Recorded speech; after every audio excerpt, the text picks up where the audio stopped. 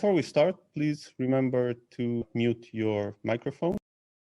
For more information on Delta products, you can visit our YouTube channel. You can also visit our download center to get the latest manuals, catalogs, drawings, EDS files.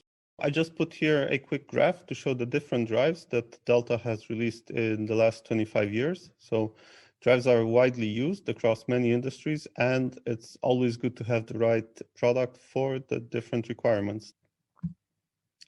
So just very quickly, because the attendance today is quite advanced, so I'll just go very quickly through the first part. So I think you see a lot of names on the market for the same device. So sometimes you see variable speed drives, variable frequency drives, inverters, AC motor drives.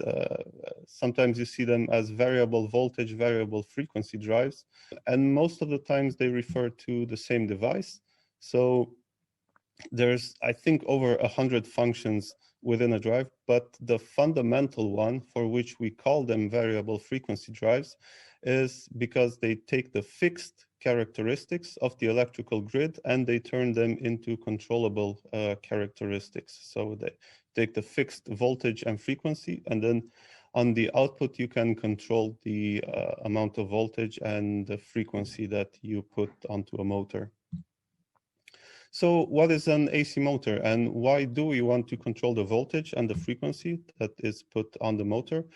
Well, you have quite a few different types of motors. So you have permanent magnet motors, induction motors, and more recently you can also use synchronous reluctance motors. They're usually made out of a fixed part called stator and a rotating part called rotor. If you have a look at the cross section, you can see that the motor is actually made out of thin laminations separated by insulation and stacked one upon each other. You can see here a complete list of all the components of a motor.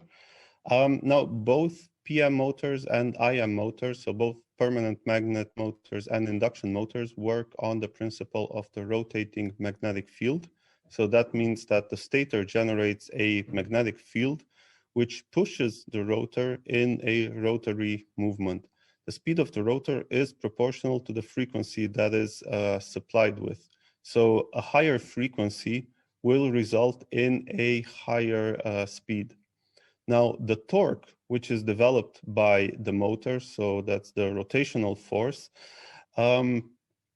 that is proportional with the current that is going through the motor. So these are two basic principles which are very important to remember. So speed of the motor is proportional to the frequency that is supplied with, and the torque is proportional with the current that's going through the motor. Although it is a bit more complicated than that, but that's the basic of it. So how does a variable frequency drive works? So a rectifier, if you look here on the input, you have a rectifier which converts the fixed main supply voltage from AC to DC, and then the DC voltage is then converted back into a controllable AC voltage with the help of the inverter side.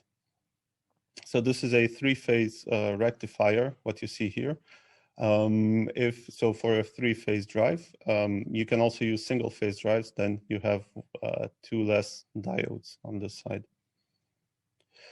Regardless of whether the input of the drive is three-phase or single-phase, this still gets converted to DC, so plus and minus, and the output is always three-phase. So this is one question which we get often: can we control single-phase motors? And the answer is no. No, the output is always three-phase, so you cannot use it with single-phase motors. Now, the sequence in which the IGBTs of the drive opens will determine the frequency that the motor sees and the duration. So how long are the IGBTs open, the duty cycle, that will determine the voltage that the motor sees. And when we talk about frequencies and variable frequency drives, we always refer to two frequencies. So one is the fundamental frequency, so which you can see here. That is the frequency which determines the speed of the motor.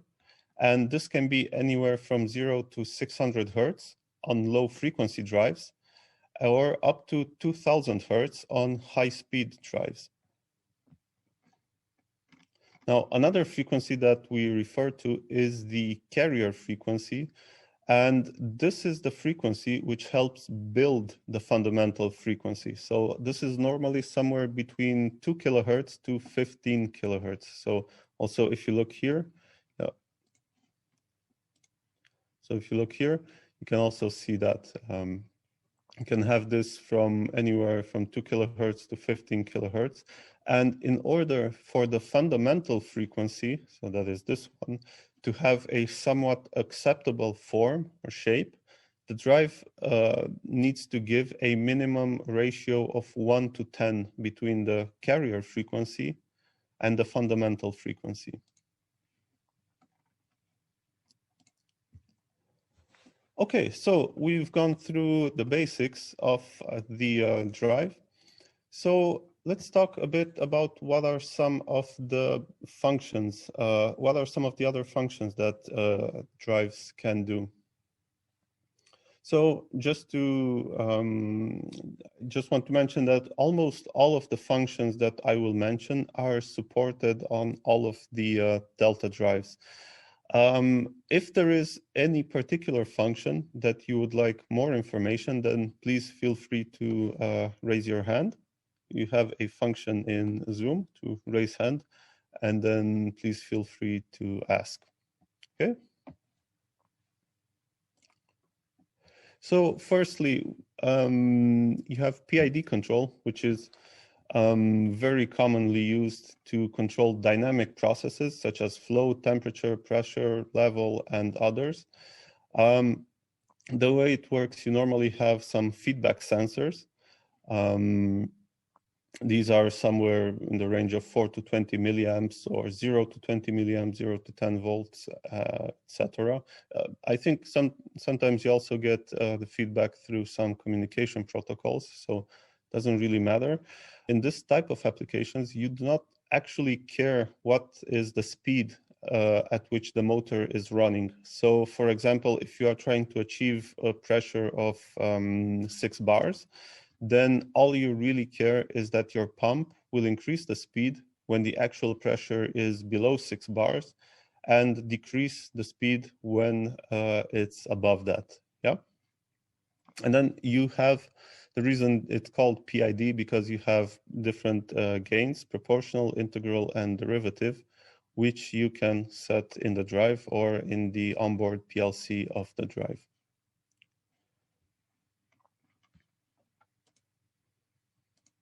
Another very commonly used function is the skip frequency. In many applications, you get a sort of mechanical resonance when the motor is running continuously at a particular speed.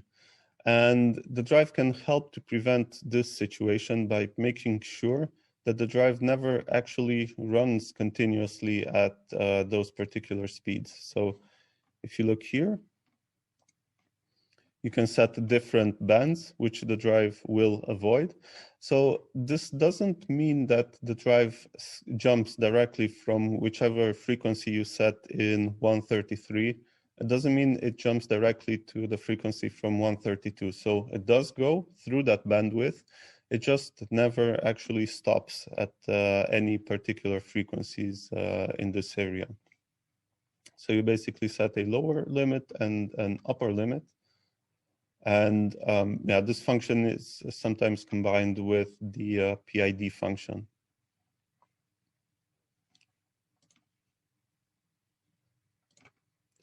Next is the overvoltage stall prevention. In many applications, you can have that the load is actually pulling on the motor. So in those cases, the motor switches to generator mode. And in those cases, what happens is you actually get the energy back from the motor into the drive. If there isn't actually too much energy coming back from the motor, and if the application is not very sensitive to the time that it takes to stop, to bring the motor to a halt, then you can use the overvoltage stall prevention. And what this does is the drive monitors the DC bus voltage. And as soon as the DC bus exceeds a certain detection threshold, the drive, you can see here, stops from decelerating, just goes continuous. And as soon as the DC bus voltage drops again below a certain level, then the drive can start to decelerate once again. So in this case, if you compare with the actual set deceleration time, the stopping time will actually take a lot longer. So this function is definitely not to be used in applications in which the stopping time is sensitive. So definitely not for vertical applications and definitely not for cranes, hoists, or whatever.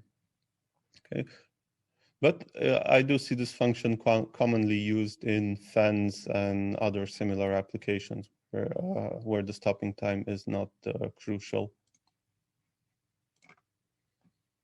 Then you have overcurrent stall prevention, and this is, in principle, it's very similar. It's just that this function looks at the output current, and it can, the drive can see when the output current is above a certain limit, it can actually decrease the output frequency in order to decrease the load on the motor.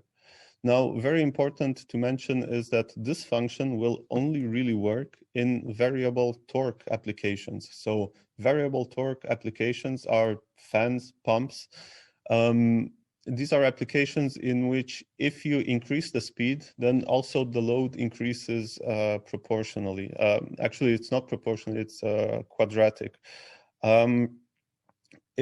It does not work in applications which are constant torque. So in conveyors or other similar applications, it makes no difference if you decrease the speed.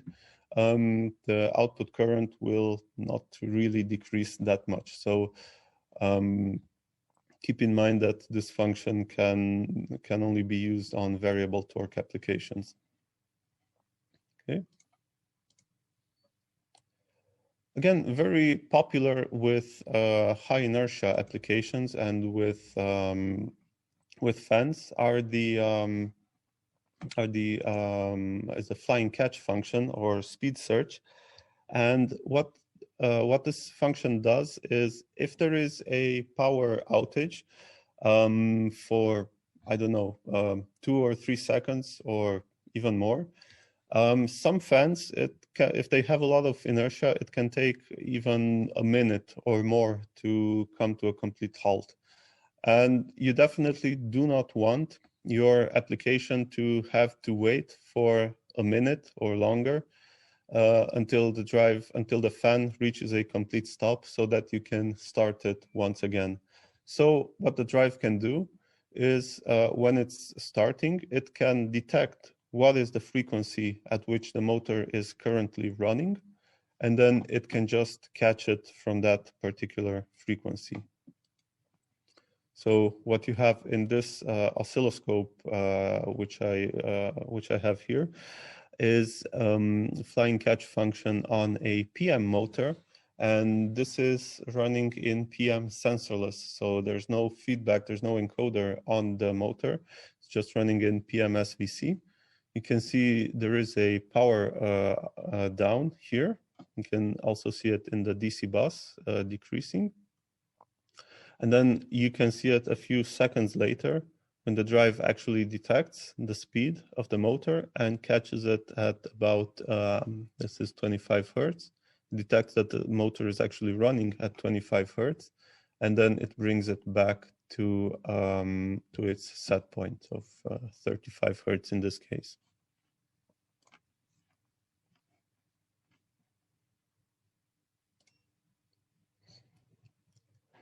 Another popular function is the energy saving function.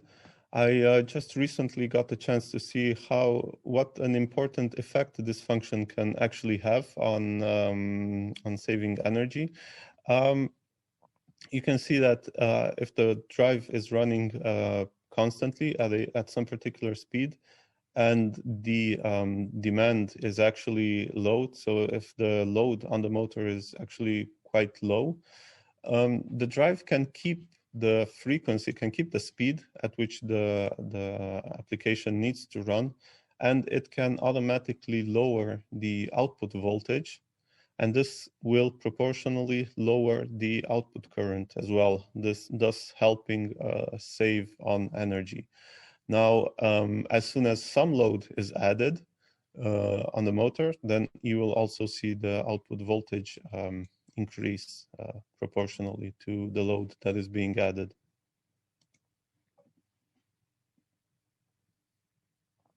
So these are all functions which are commonly used in variable torque applications. Do you have any questions so far?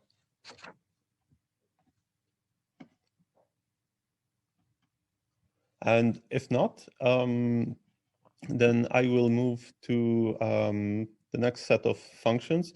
And these are more commonly used in constant torque applications. So very popular to use with drives is the mechanical brake control. So in this case, many times you get some mechanical brake attached to the motor.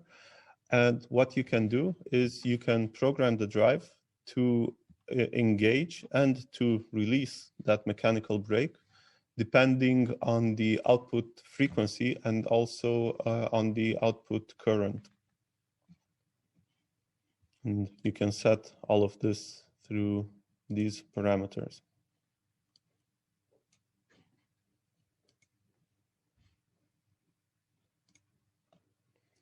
Also commonly used with this sort of applications, if the motor is being run in open loop, so if there is no encoder connected to the motor, then you still need to make sure that you have enough torque at very low speeds.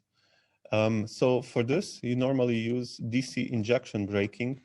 And what this does, this injects a current into the motor, which makes sure that the motor develops enough torque so that as soon as you release the mechanical brake, the load does not sag or the load does not pull on the motor in the opposite direction.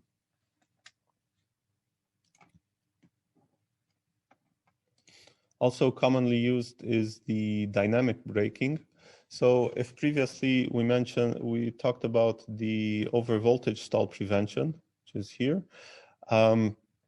in which applications which are not very sensitive to the time it takes to stop the motor can use this function. For this application, for applications where it's mandatory to stop the motor within a certain amount of time, you can connect a braking resistor to the drive, and then the drive can actually take all the extra energy that is coming from the motor, and it can convert that into heat, thus helping the motor stop a lot quicker than it normally would.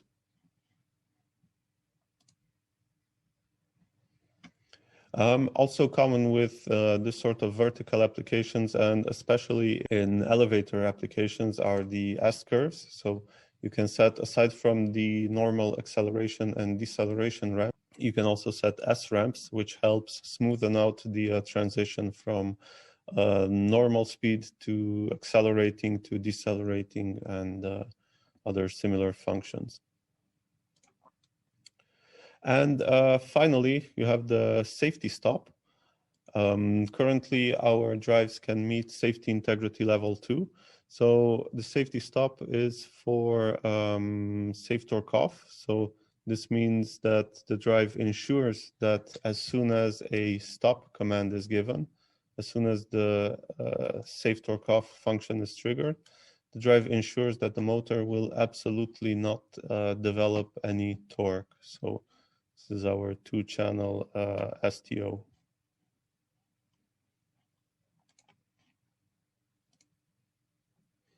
And of course, there's also numerous motor protection and phase loss detection functions. So either input or output phase loss. So all of this can be detected by the drive. So are there any questions so far?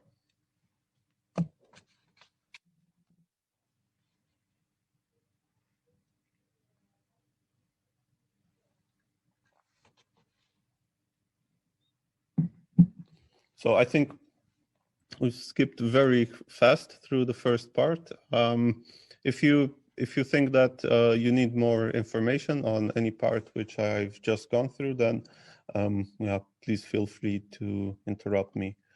I'll go through Delta drives very quickly. Okay. So I see we have one question. How does the phase loss function work, since it can be powered on any phases? So I think firstly we need to clarify which phase loss are we referring to. So you can have input phase loss, and in that case, so let me switch back to. So if we are referring to the input phase loss, the drive will actually see that on the DC bus current. So when one of these phases is not connected, so for instance, if the S phase is missing, then the voltage that you will see on this side will have a much higher ripple, and the drive can actually detect that. But it's important to mention that this function will only actually work when you are actually running a motor. So at very low loads, it's impossible to detect because then you also have very low ripple. But as soon as you start adding some load, then the drive will detect that. It's very easy to do. And for the output phase loss, this is very easy to do. There's no software required or anything, because the drive can just see, because you have output current detection. So then you can actually see what is the current that's going through each phase. And if one of the phases has absolutely no current, or there's some significant current imbalance, then the drive can just detect that. Okay, so I hope that clarifies it.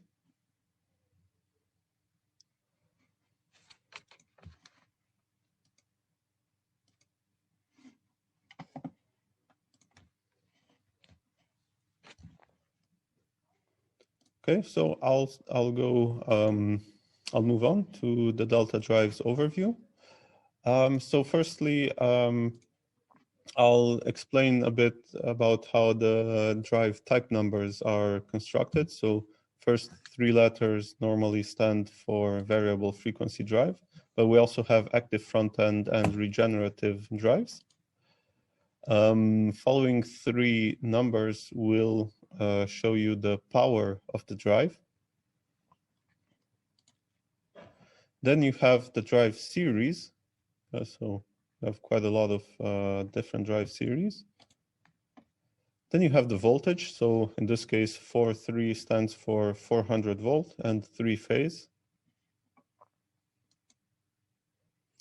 And finally, you have the hardware version. So we always start with A, but if there is any update, then you get other letters.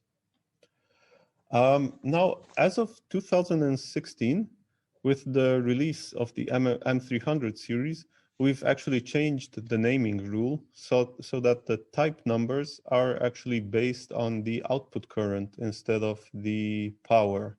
And later on in this presentation, I'll go a bit into more details as to why it's important to size the drive based on current and not based on motor power. So the type number is more or less similar to the previous one. Just have the VFD for variable frequency drive. Then you have the current instead of the power. Then you have the drive series. Again, the output voltage. And then you have a few extra letters at the end, which will give you the IP protection level, whether or not it has a built-in EMC filter, whether or not it has a save torque off function, and if the drive is high speed or low speed. It's important to mention that due to different regulations, you have to treat the high speed drives more carefully. It's very important to be careful where you actually export these drives. And then finally, you have the hardware version of the drive.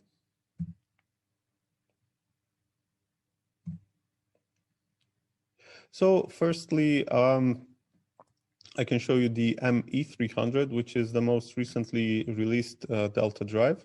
This is the economic version of the M300 series. You can have a read through the different specs and features of the drive. And if you have any questions, then you can let me know. So compared to the MS300, there's fewer inputs and outputs. There is no possibility to connect any field bus option. There's no built-in PLC, and it's up to 7.5 kilowatt or 17 amps.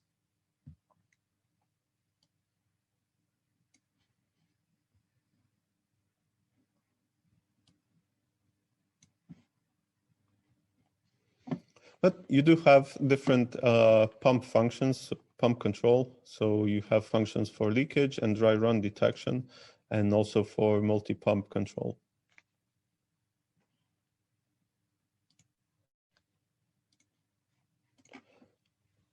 Then moving on, we have the standard compact drive, the MS300. This is similar to the ME300, but this time it can go up to 22 kilowatt. It has more digital inputs and more IOs. Very important, you can connect many field bus options, such as Profibus, CANopen, Modbus, TCP, or Ethernet IP. You have also high-speed models, which can go up to 1,500 hertz. So that is the fundamental output frequency. And as I've mentioned a few slides earlier, it's very important to keep a good ratio between the output frequency and the fundamental, between the fundamental frequency and the carrier frequency. So, of course, if you are running a motor at up to 1,500 hertz, then it's good to remember to set a carrier frequency which is at least 15 kilohertz.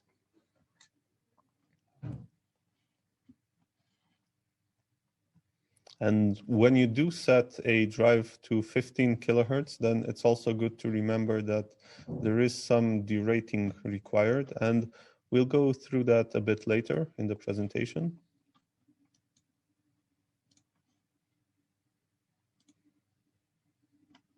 Now, VFDE, this is one of Delta's most popular drives from the previous generation of compact drives, and I think it's still very popular on the market. You can see its standard digital inputs and outputs and the different functions. Of course, since it's an older generation, then its built-in PLC has fewer steps compared to the MS300, but it's still a very good function to have. And then we also have the equivalent for ME300, the VFD-EL, the micro drive. Now, compared to the VFDE, it's good to mention that VFDE does not come with a built-in keypad. So normally the keypad has to be ordered separately.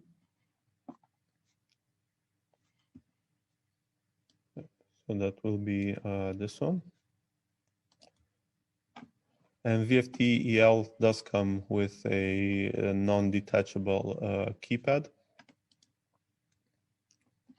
Now, moving on to our standard high-performance drive, so the C2000, which can run motors in field-oriented control, so that is with encoders.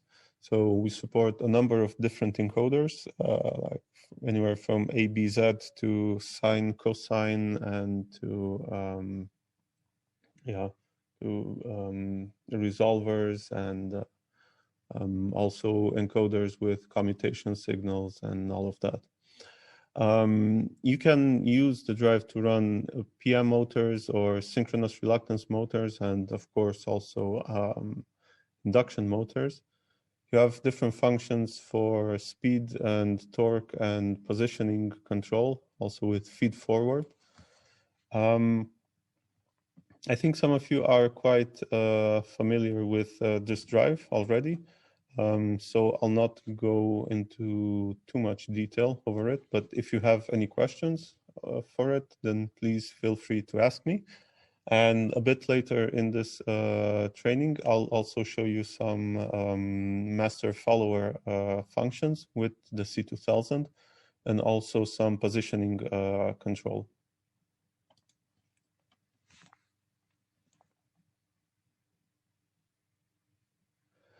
So I just got one question, which says VFDE has I/O accessories, which is very useful, but the replacement, which is MS version, does not have that function. I'm wondering which. Oh yeah, you mean to? Okay, yeah, that the fact that you have different cards, optional extension cards, which you can install on the VFDE in order to get multiple inputs, so more digital inputs or more relays and all of that.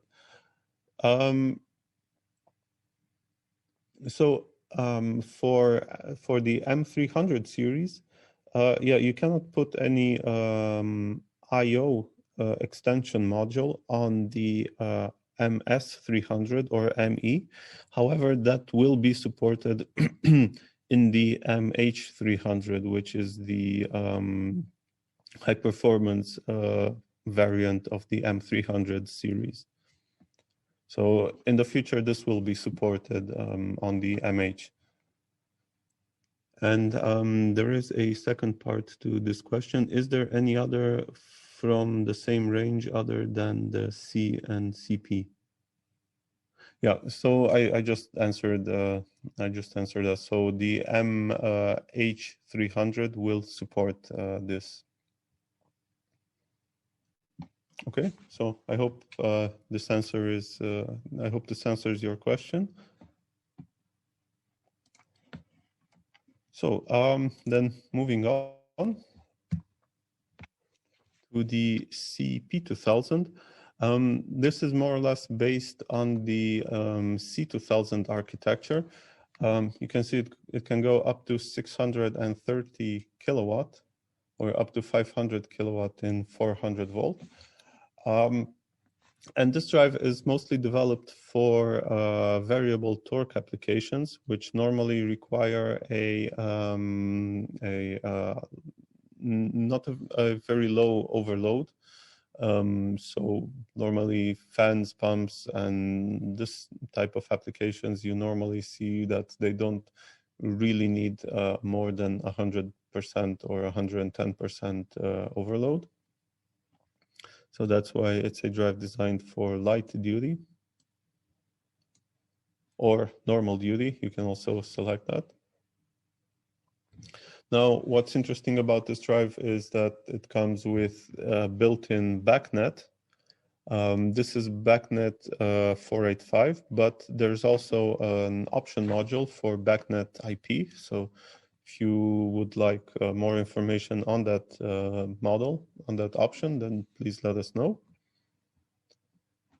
And because it's made for variable torque applications, then of course you get some specific functions like cascading, so control, and yeah, multi-pump control, multi-motor control, and of course you get different functions for intelligent pump control.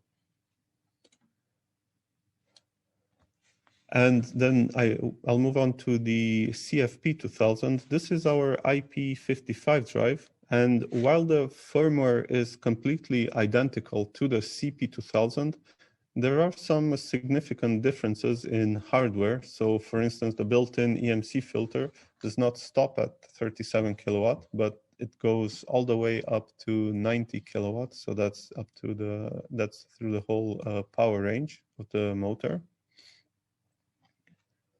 And also the built-in DC reactor is also present through the whole power range. So in the CP2000, it's only from 45 kilowatt and above.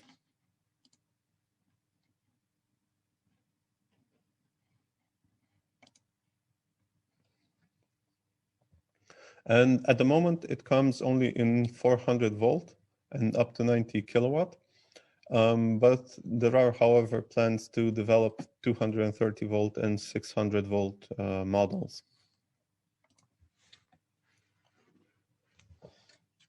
And finally, the last drive that I would like to talk about is the VFD-ED. So this is a drive specifically designed for elevator applications.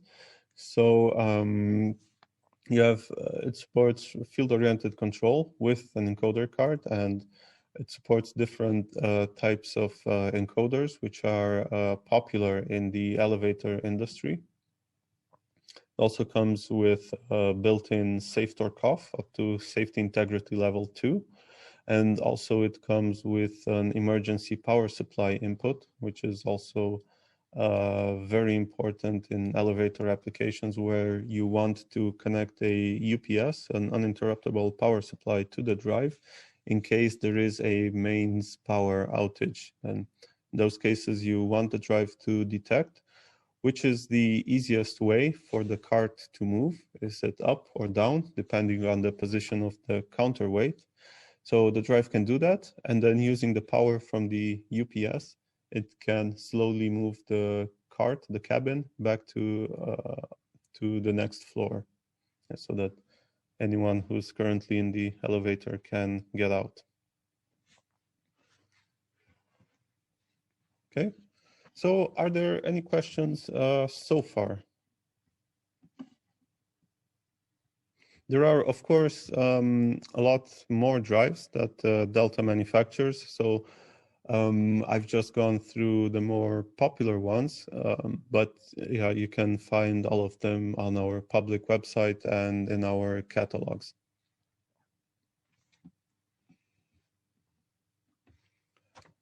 Okay, so if there are no other questions, then I will move on to the drive selection overview.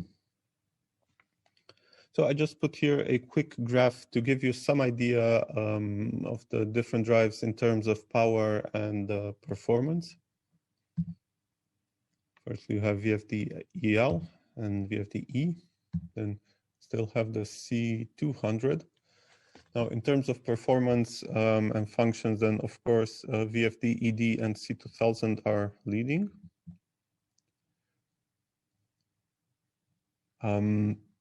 You can also see the C2000 for 690 volt.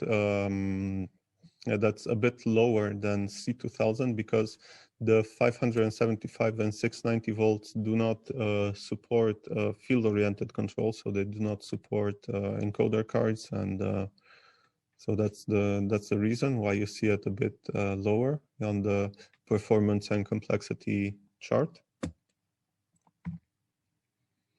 And you also have the CP2000, of course MS300, So I mentioned previously the MH300, which is not currently released, but we expect to see it out next year. And of course, the CFP 2000.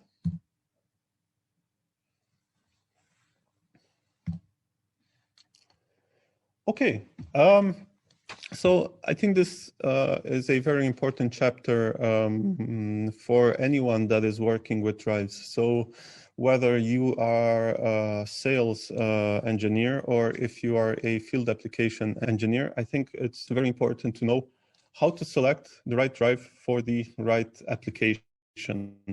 So some parts can be quite simple. Yeah, you just check the motor current and then you select the drive based on it. But actually, there's a lot of subtleties to this, and it's good to be careful that you do not miss any important points. So for this exercise, I just highlight here a typical nameplate of an induction motor.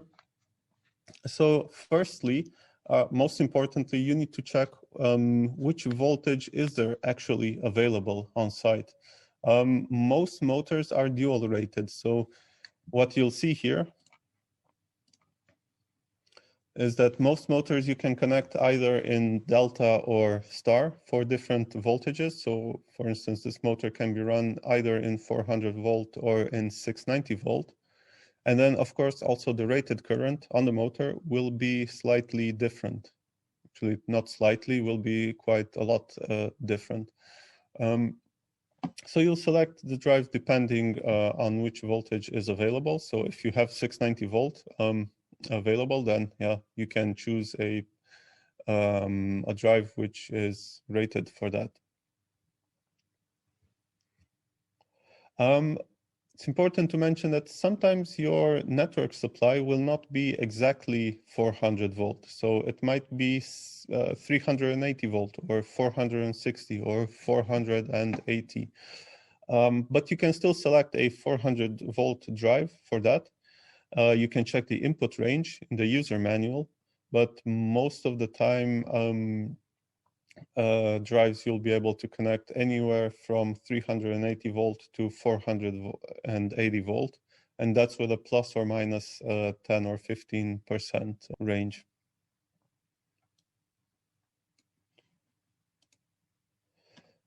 So here you have the different connection types that you can use, either for delta or for star.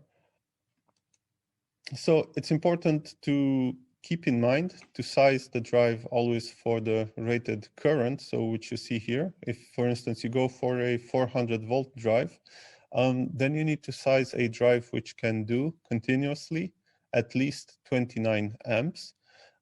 You should not necessarily look at the power rating, because in many cases, it will still be okay if you size the drive based on power.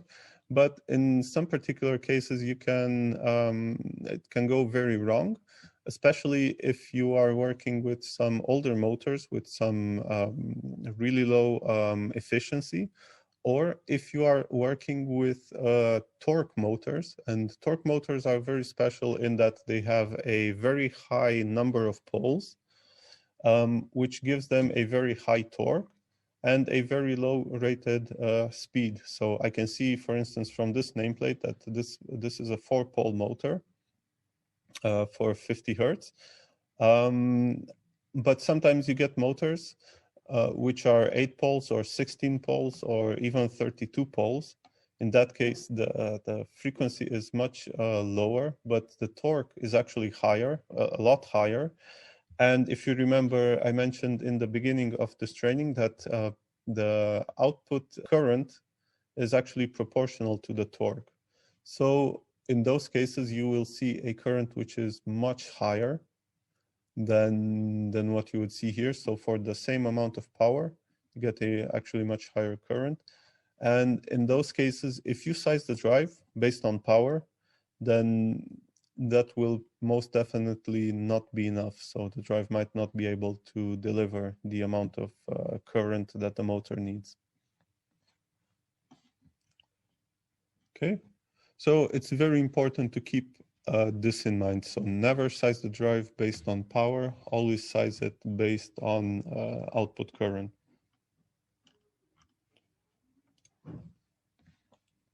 Also, very important to keep in mind is to check the overload requirements. So normal fan and pump applications, they don't really need so much overload.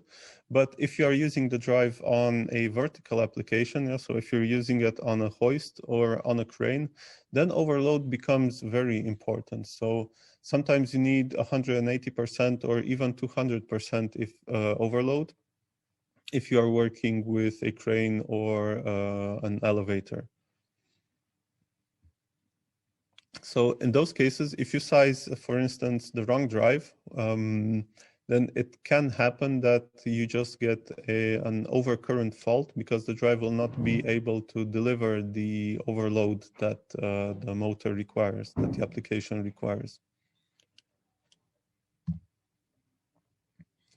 Also, some other factors to keep in mind when you size a drive is the temperature, the altitude, and the required carrier frequency. So for temperature, that's quite easy to imagine because the higher the temperature, the less, the more you need to dissipate the heat from the drive. But for altitude, this one is also very important to keep in mind. So if the end user, if the installation is somewhere at some really high altitudes, over 1,000 meters, then you also need to derate for that. And we have some derating graphs for each 100 meters or so, then you have to derate by a certain percentage. Because what happens at higher altitudes is that cooling becomes less efficient. So this is something which you have to keep in mind for basically any electronic device, not just for variable frequency drives. But what is specific to drives is the carrier frequency derating. So of course, it makes sense that if you use a higher carrier frequency, then also the drive is working a lot more and generating a lot more heat. So if you need to use a carrier frequency which is above the rated one of the drive, then we also have different graphs in the user manuals in which you can consult and which you can see which derating is actually needed. And if anyone is not 100% clear on this, then please let me know. We can go through some examples right now of how to do these deratings. And if not, then we'll just move on.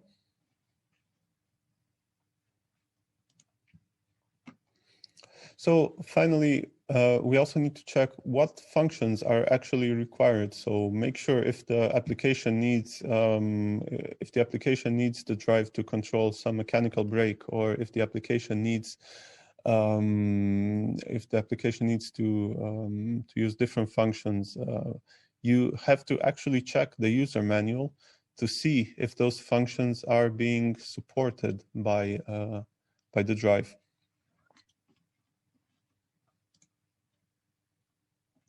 Okay, so I got one request to do an example on carrier frequency. Okay, so let me open up the user manual. So I will open up, let's say, if we use, for instance, this motor here, I'll say that we choose a 400 volt drive, 29 amps. Let's say that this is a spindle motor application. So spindle motors can go at some very high frequencies. And when you go at high frequencies, like I mentioned, you have to use also higher carrier frequencies, okay? So if you use a high carrier frequency, then you also need to do some derating. So let's say that I use an MS300 drive in this case, and I'll size it for this motor, 29 amps. Yeah, spindle motors can vary anywhere between 400 hertz up to 2000 hertz. So if I say that instead of 50 hertz, if I say that this motor is rated, for instance, at 1000 hertz, then I need a carrier frequency of at least 10 kilohertz. Yeah, if I have a motor which is here 100 hertz. So for 1000 hertz, I need to select a drive which is high frequency. So in this case, I will check the MS300 high-speed models. So this motor being 29 amps, I need, I'm looking at the 400 volt models. I see we have 25 amp models. So I will look at the 32 amp drive, yeah? But since I'm using it at 10 kilohertz, I'll definitely need to derate, because you can also see here that the default carrier frequency is 6 kilohertz, yeah? And I need to use it at 10 kilohertz. So I will scroll down a bit, and I will find the derating graph for carrier frequency, which is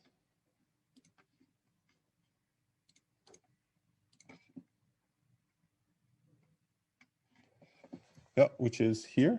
So this is in the description of parameter 655.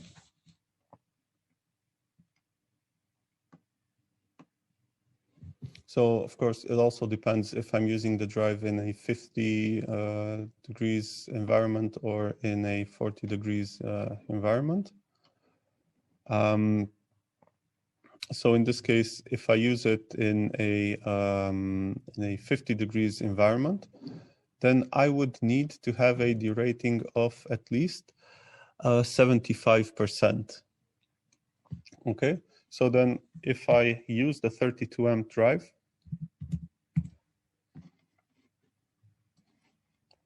so I have 32 amps times 0.75. This will be 24 amps. And then if I compare this to the rated current of the motor, 29 amps, we can see that this is actually not enough. So I will have to use a slightly higher drive. So if I go back to the different models, I can see 400 volt, 32 amps. So a 38 amp drive might be sufficient for this case.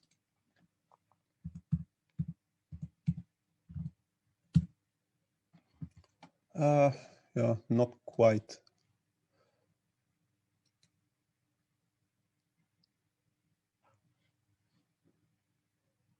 Yeah, in any case, the in this case, it's very close, but not quite. So you would have to use actually a 45 amp drive in this case, but also for a spindle motor, which is rated at 1000 hertz, yeah, you can expect that the rated current will be slightly different.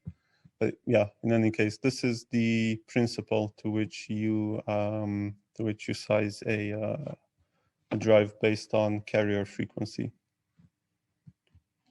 So I hope this answers the question.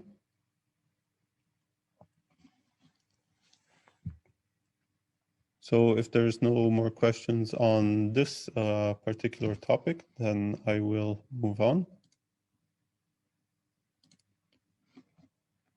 So aside from checking which functions are required in the drive and checking the brochure or user manual to see if they are actually supported, you also have to check for the required IP protection. So in most cases, you install drives in some electrical cabinet, and in those cases, IP20 is okay. But in some cases,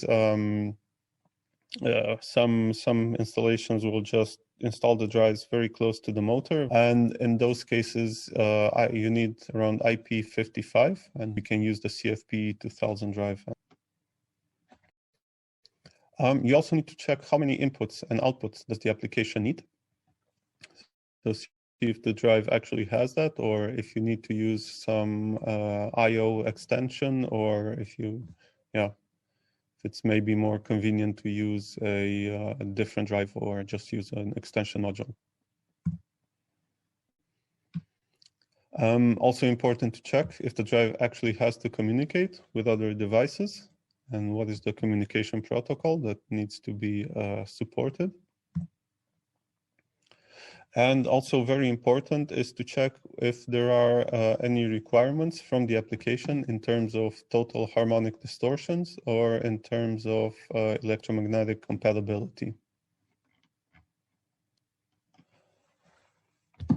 Okay, so that is about it on the presentation. So are there any questions so far? If there are no questions, then I will do a bench demo on the C2000 and on the MS300. And if you also have anything prepared on your side, if you have an MS300 drive, then you can also let me know, and then we can go through the setup and configuration together, okay? So, yes, Mats, you raised your hand. I just want to tell you that we have an MS300 and the software connected. Oh, okay. Okay, that's good. Then firstly, I'll just go through some demos on the C2000, and then towards the end, we'll also connect with MS300 and we'll do some scopes and yeah, maybe also go through using the MS300 to send different Modbus commands to the drive, like start, stop, and all of that. I don't know if you ever used this function on VFDsoft. So here I have two C2000 drives connected. So I would like you to notice the different terminals which you can get on a normal PG card, on a normal ABZ PG card. And if I will just share my camera right now.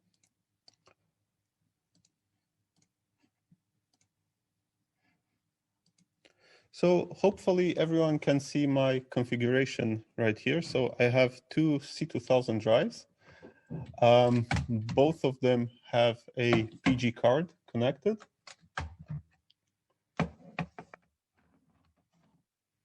So you can see here on a PG card, on a standard PG card, you normally have the PG1 terminals, which are the terminals on which you input your encoder signals from the motor side. So with these signals, the drive uses to run in field-oriented control. Then you have the PG2 terminals, which are on this side. So you have A0, B, and B0. And these are the terminals which the drive uses to follow a certain pulse train or another drive. You can see that since this is the master drive, there's nothing connected to these terminals. And here you have the output, the PG out terminals. And these are the terminals which the drive uses to send out the output, the PG signals, which it gets on PG1, which you can see here. Okay, so whatever the drive gets from this motor, from this encoder in here, it will output on these terminals. And then I've wired the PG out terminals from the master drive to the PG2 terminals on the follower drive. Yeah.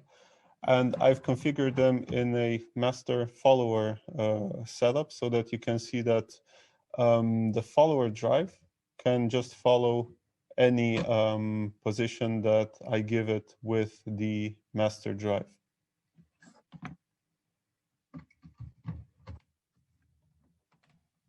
And currently the follower drive is set to listen to the position of to try to follow the position of the master. It can also try to follow the speed of the master, but yeah, since it's a C2000, it's more performant to actually follow the exact position. So you can monitor here the actual motor position. So here's 34 and also 34 or 35, and then yeah, can move it. The drive more or less follows it accurately. And this is actually quite easy to set up. It only really involves a couple of parameters. So I'll just go through them very quickly. Firstly, you need to set parameter 1016. You need to tell the drive that the reference pulses are A and B type. You can have different types of pulses. You can also have that B-type leads, and yeah, you can also have just A and forward or B and forward type of pulses. So pulse and direction.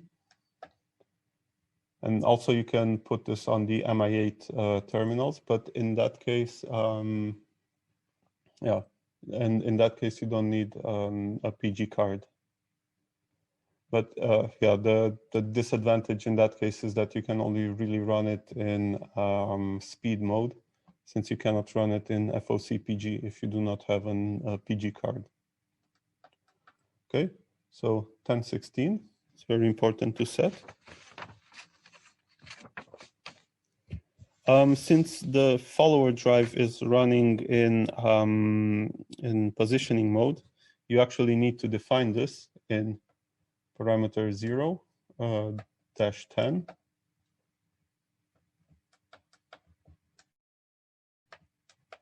Yeah, so you need to set it to 1, to position mode.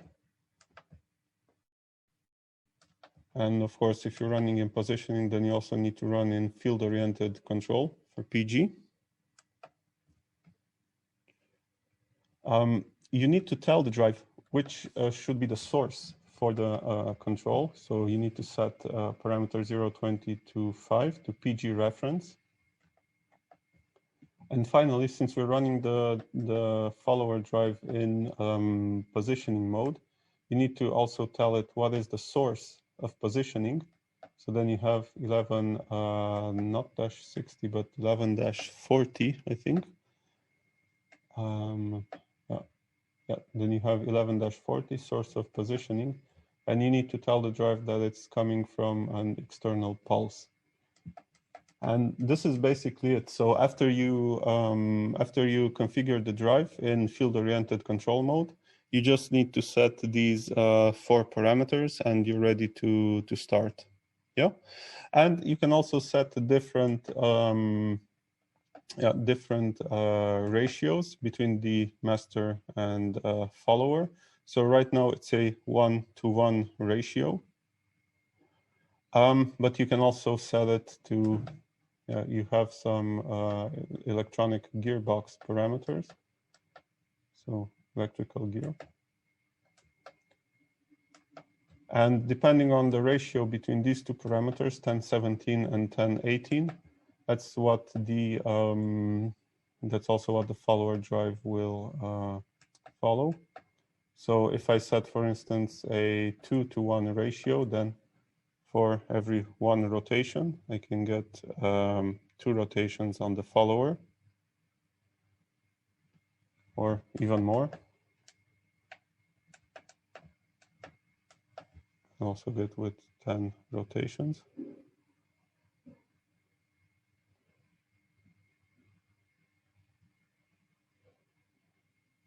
There are, of course, more drives, more settings that you can play with. So for instance, also the current gains.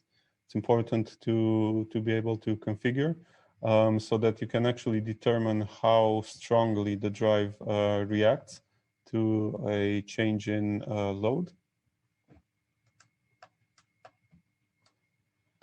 Okay, so you can also set a smaller ratio between the between the master and follower drive. So if I set this to 50, I hope you can see. I'm not sure if it's actually very clear on your side. So if I do this, then maybe it's clearer. Yeah. Vladimir, sorry for interruption. There is a question. Can you have a look, please? Yeah, sure.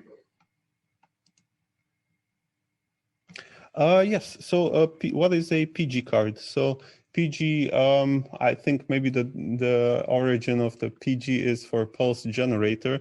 So PG is basically an encoder card. So it's this card over here. So this is an extension card. This does not come with the drive as standard. So you need to get this separately depending on which encoder type you are using. Okay. So I hope this answers the question. Yeah, it does. Thank you. Oh.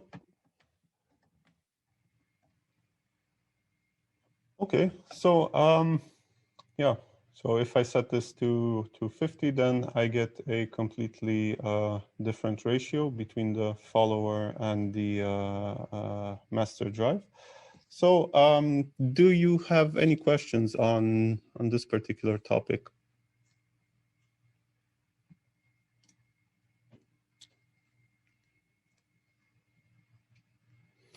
And if not, then I think we can move on. So next, what I will do, you can see here, I also have an Ethernet IP card connected to this drive, to the master C2000. So I have it connected here. And I'm also connecting my laptop to this switch. And then this is also connected to an AS200 PLC. I don't know if you can see it. It's somewhere behind here.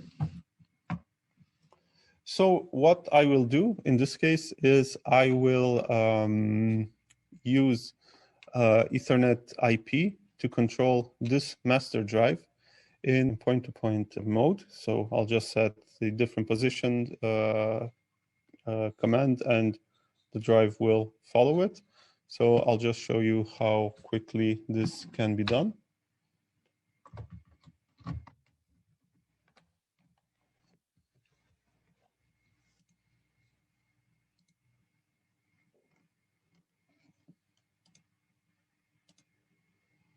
Also, one important aspect which I've not mentioned with my previous configuration is that, so we are running, in this case, the follower drive in point-to-point. And I mentioned that you can also run it in speed control. You can also run the follower in speed control, but in those cases, you have to remember to lower or to disable completely the acceleration ramps on the follower drive, because the drive is already following the acceleration and deceleration of the master drive. So in those cases, the acceleration, deceleration, and also the S ramps will just be added on top of the master's acceleration and deceleration ramps. So then you might see some delay between the follower and the master. Okay, so moving on to how to connect to the drive with Ethernet IP and control it in point-to-point.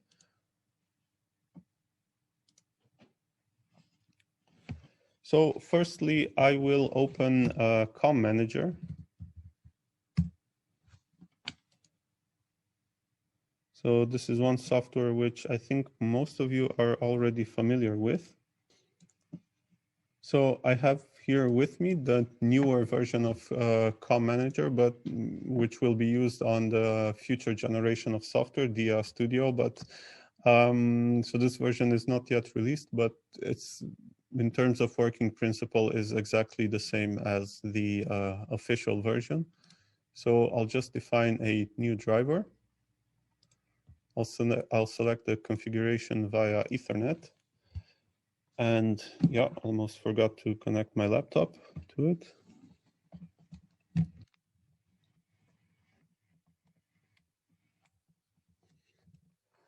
Okay, so I select my network adapter, just click on search, and it should be able to find the AS-PLC and also the Ethernet card on the C2000. So I think I've not connected properly. Yeah. Always works better when you connect your laptop to it. Yeah. So I'll just save this. So now I saved it with the generic name driver.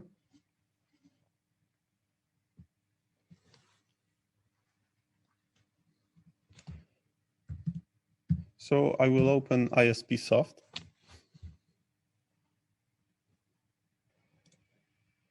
I will define here the, I will select here the PLC. So this is the driver, which I just created. And this is the IP address of the AS200 PLC. So I will connect to it. I will use that as a connection. And this is, I'll create a new project. So AS228T, which is also the PLC that I'm using.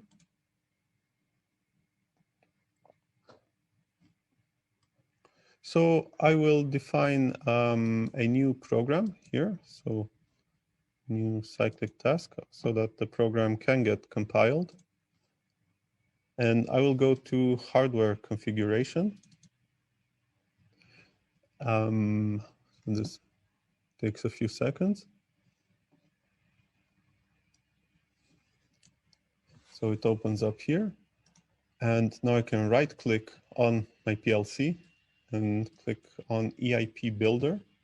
So yeah, first I need to save the project. And then EIP Builder will open up. So here I can see my PLC. I can scan the network. And it should be able to find my communication card. Yeah, so that's here. I will add it to the same network.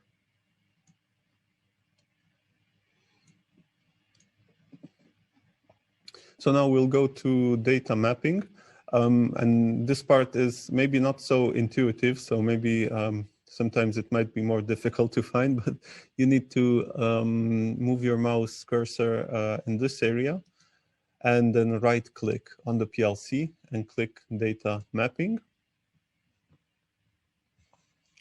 So here I can define my input and my output registers on the AS300. And here you can see the corresponding registers on the C2000. So I'll just put that my,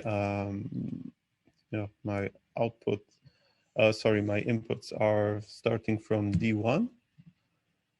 And my outputs start from D101.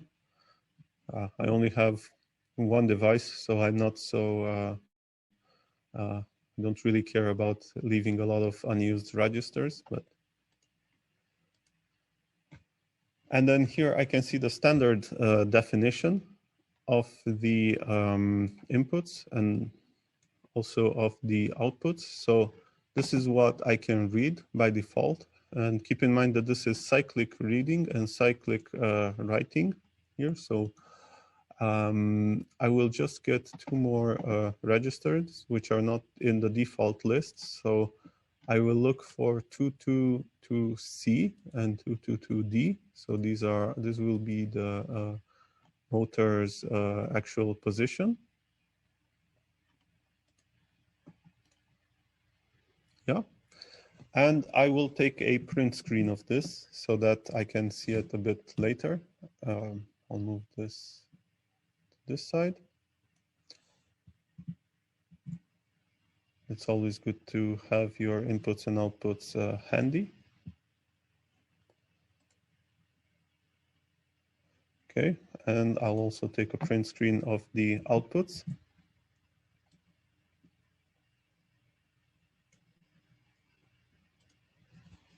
So I have this here. Okay, now I will download this configuration to the PLC. Hold on. And I can see that my configuration is okay. So if you get this green box, then everything should be okay.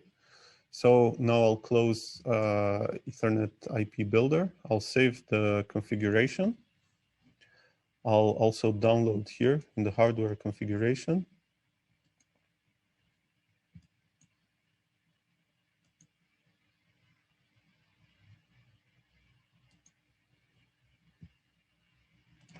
Okay, so now if everything is okay, I'll close this and I'll save it. So now I'm back to my PLC program. So before I actually write anything, from a drive side, it's just easier to create a monitor table and just see, just to read and write the different registers from this side. So I'll double click on this screen and I'll just start with D1. And if I look at the registers that I saved, I can see that it's up to 27. So I'll write here from D1 up to, let's say, 28. Okay. So these are going to be the addresses that I read from the drive. So these are going to be these ones, which I defined here, starting from D1. And now I want to also add the addresses in which I will write to the drive. So I start with D101. And I will need, let me see, I will only need around 12. Yeah.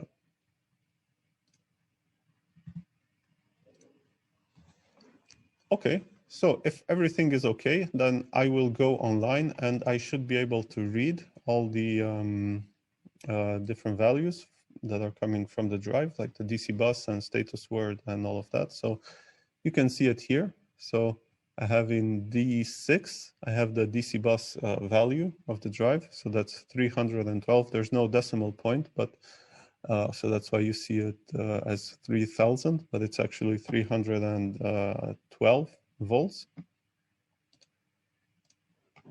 And you can see here what else we have.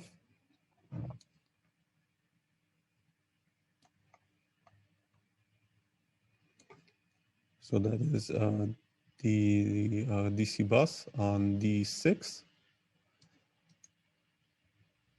And I should have on D26 and D27, I should have the actual motor position.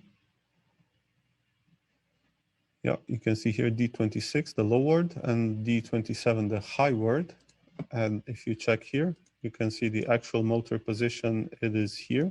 And since it's, you can read it also as a 32-bit value, you can see that the current position of the motor is minus 79,745.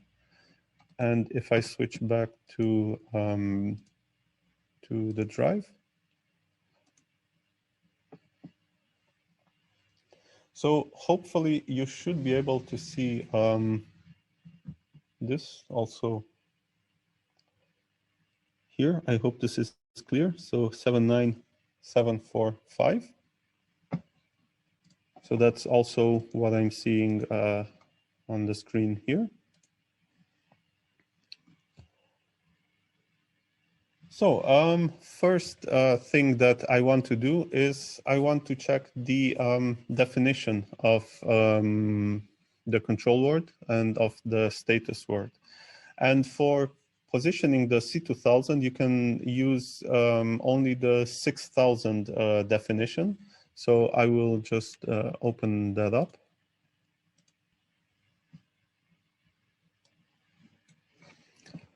I got this from the Profinet user manual, but actually the definition of the 6000 addresses is the same. So you can use this. You can use this for Profinet or for Ethernet or also for Profibus and also for Modbus TCP. At the moment, it's only not supported on EtherCAT, but that's also going to be supported in the near future. So this is my definition for the status word, 6000. So I can see here I have servo on bit 7. And to actually move to position, I have bit 0, okay?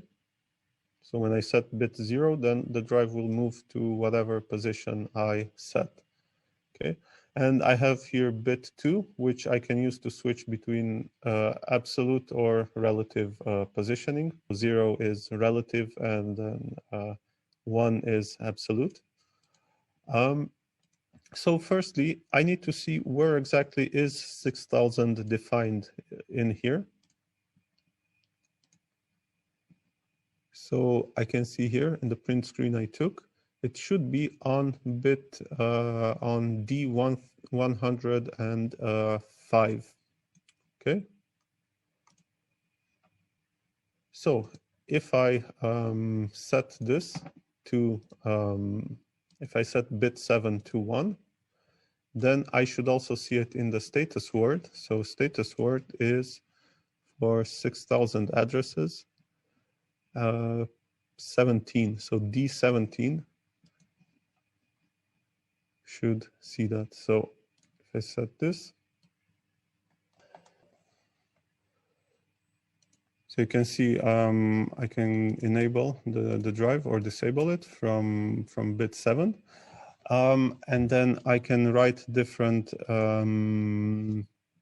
different positions in 6004 and 6005. So do it from here. So if I go to D109,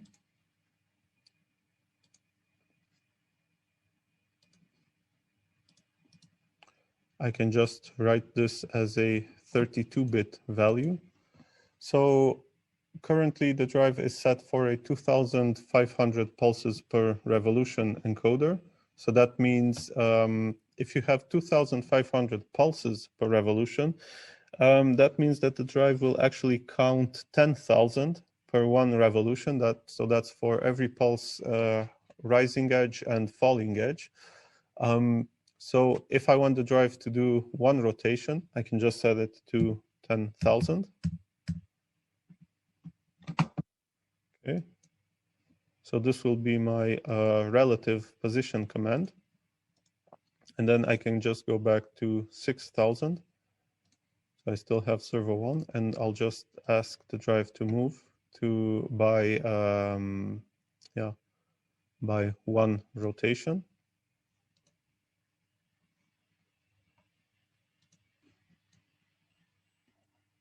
Yeah, sorry, my bad. I just realized what I forgot. So it's actually really important.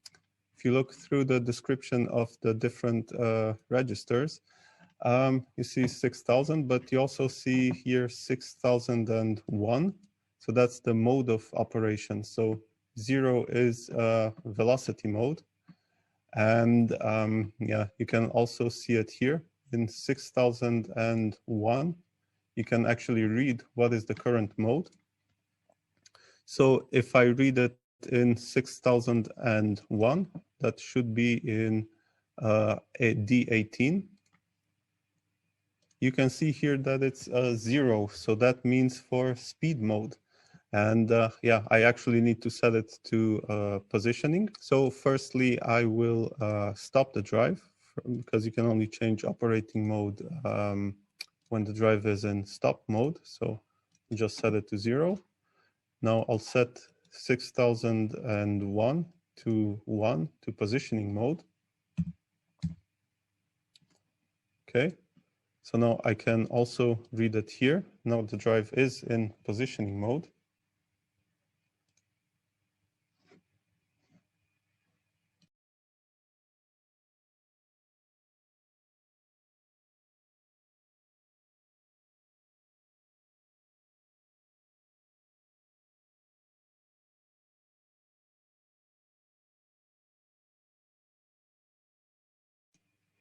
Okay, so that was actually the problem. So I actually forgot to set it in positioning mode. So yeah, now if I just give the drive a frequency command, can actually see the drive moving.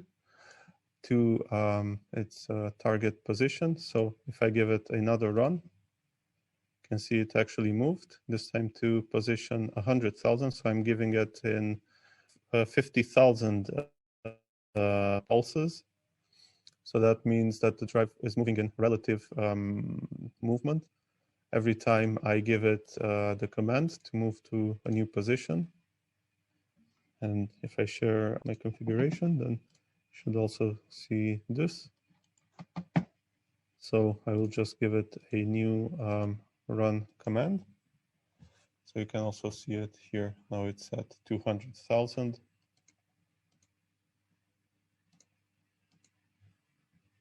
It's just going into different increments. I can also set the drive to move in absolute positioning. So instead of incrementing to 50,000 every time, I can just set it to move to this position, to the absolute position, 50,000. So right now it's at 250. So if I enable this bit, then when I trigger a new position command, then you should see that is not happening because I have not sent the drive to the home position because I've not done a homing on this drive. So it's very important to keep in mind that if you want to do absolute positioning, then first you need to do a homing procedure. And you can actually see this on the drive as well. You can see that I get an error message called NHOY, so which means that the drive has not been homed. So what I'll do is I will firstly, I will stop the drive so that I can reset this warning. So I will start the drive again. And I will do a homing procedure. So I just enable bit 47. And then you can see currently it's set to home at the current position. So now I can actually do the absolute homing. Okay, so one question I got is, do you need to do motor tuning when using positioning mode? Yes, that is absolutely mandatory. So in this demonstration, I just started directly with the motor pre-configured. But if you want to do positioning, then you absolutely have to enter the motor nameplate, to do an auto tuning, to set the encoder details into the drive, and then to set the drive to run in field-oriented control for PG cards. So let me see if I can just show this. So you can only really do positioning with these two modes. So if you go to parameter 00-11, velocity mode, you can only really do it with 4 or with 3. So IM FOCPG or PM FOCPG. You cannot do it with any other mode. You cannot do it in SVC sensorless or VF. So it's mandatory to have an encoder. Okay, so I hope this answers the question. So I can also set some different position commands. So if I set, for instance,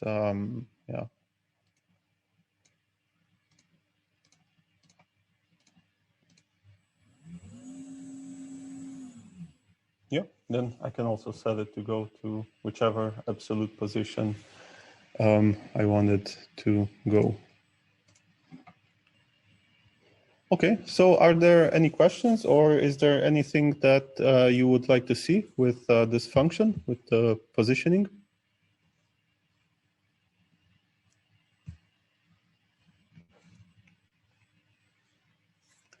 And if not, then I will move on to connecting with the MS300 with VFDsoft.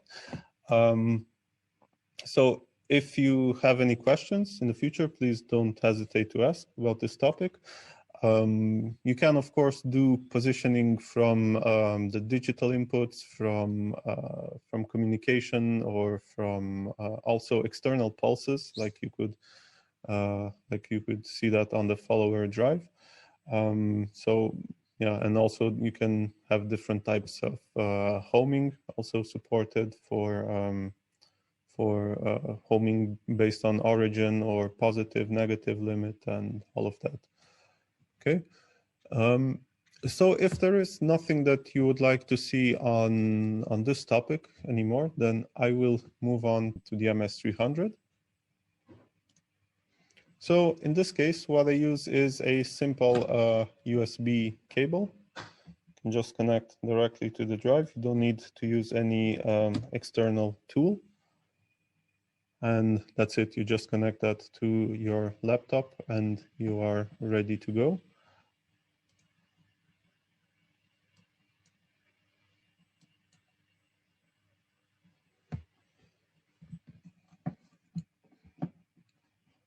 Okay, so firstly, you just need to find out which COM port has been assigned to your drive. So you can go to Device Manager to find out. So in this case, it will be COM port 3. And this is the default address of the drive. And you can change this if you want from parameter 9-01 and 9-04. So I'll just do a quick test. I can see that yeah, I'm connected properly with the drive based on this green LED. Then I can go to parameters and I can just read all the parameters from the drive.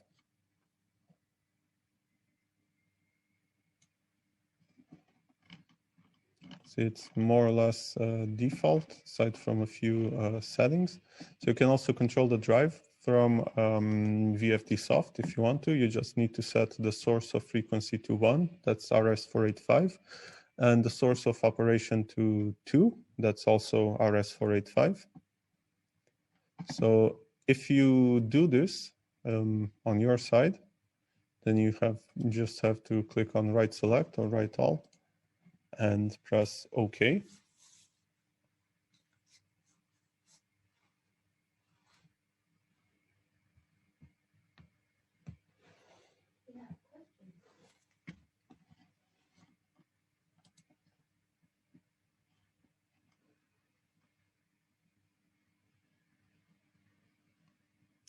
Oh, in the meantime, I see there is another question. So in point-to-point mode, can you use parameter 415 and 416 to set a command from the drive only?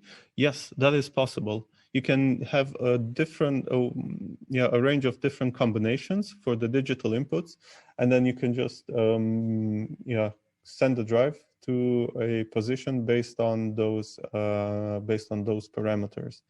In fact, we have a quick guide on that. I will open it. Let me see. So I'm not sure if you've seen this document, but you can find all the different configurations that are available for position control. And so what you were looking at was the positioning from the digital input. So depending on whether or not you're using an induction motor or a PM motor, you'll have different graphs here. So in this case, you are referring to positioning from the digital inputs. So that will be here. Yeah, you can see here, point-to-point positioning. So you configure your digital inputs to the multi-step speed or position. And then you also have to configure one of the digital inputs to 88, and that is to actually trigger the movement to whichever position you have defined. And you can set the different positions in these parameters. Okay. And of course, you need to set the source of position command, 1140, you need to set to 0 so that the drive knows what it's actually looking for.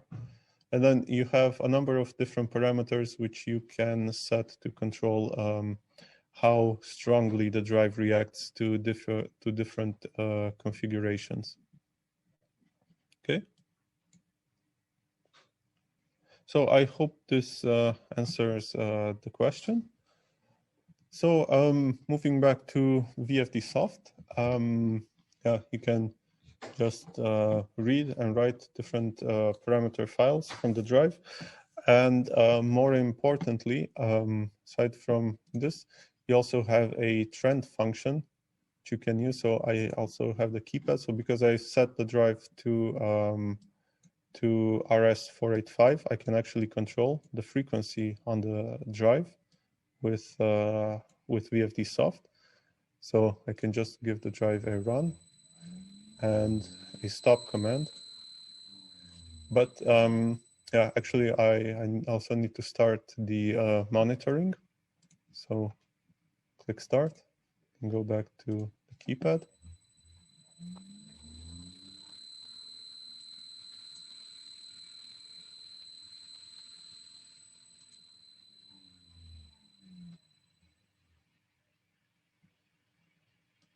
Yep. If I click on fit all, you can actually see the drive. You can see the output frequency versus the frequency command.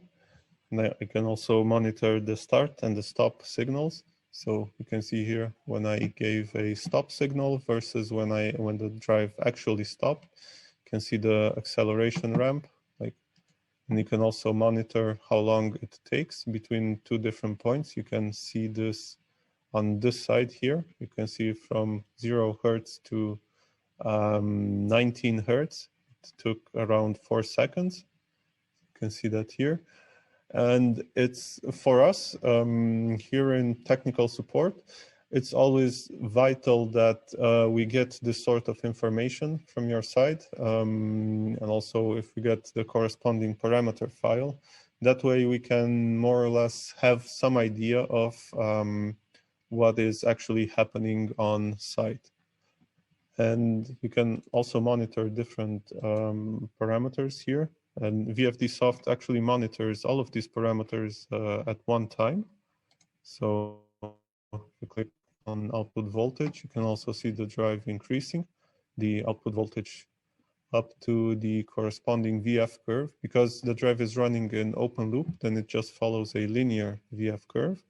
So you can see the output voltage increasing proportionally with the frequency up to a maximum of 84 volts.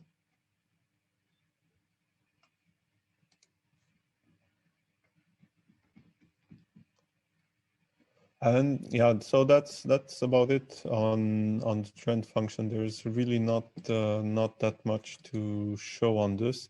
You can also save this information and load different trend functions, so it's easier to send by email and then to investigate what is actually happening. Okay. I can also show you, if you want to test the different configurations, the different Modbus addresses of the drive, then you can also do it with the advanced function here. You can just enter here any ID address and what do you want to do? Do you want to read or do you want to write into the drive? So you can just read the status word, which I can see at the moment is 0. I can write into the drive. I can write to the 2000 address. And for that, I just need to check what is the definition of the 2000 address. So I can see that if I want the drive to run, then I just need to enable bit 1.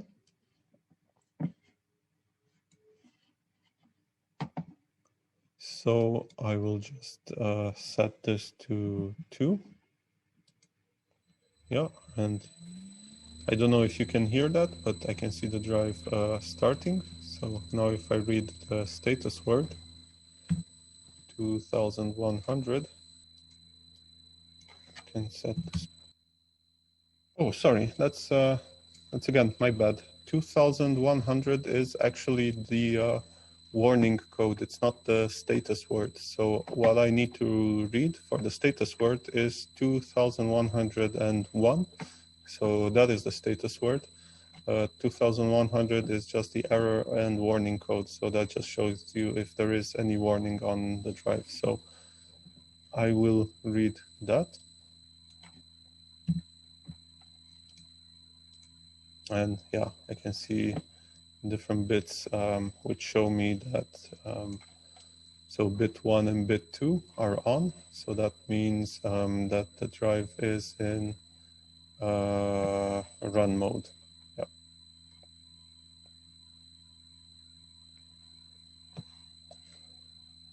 Okay, and we can also set the different frequency commands. In this case, it's in 2001.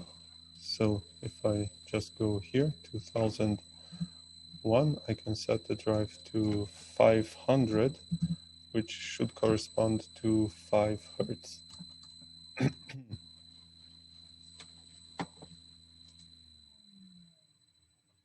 Yeah, and that just moves the drive to 5 Hertz. And I can also share that with you.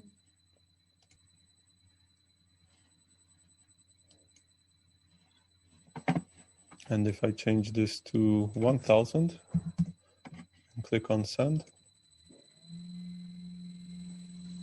should be able to see it on the drive. So this function is quite useful to see if you have a good connection, if communication is okay or not, and to see if you are reading and writing the correct registers. So I think this should be about it. If you have any questions, then please let me know. I can try to answer. If there are no questions, then I think we can end the meeting now. Okay, so there doesn't seem to be any questions. So thank you for your time. Thank you for joining me. I hope this was useful to you. And if you have any questions in the future, then I think most of you already know how to contact me or how to contact us. So thank you again and have a nice day.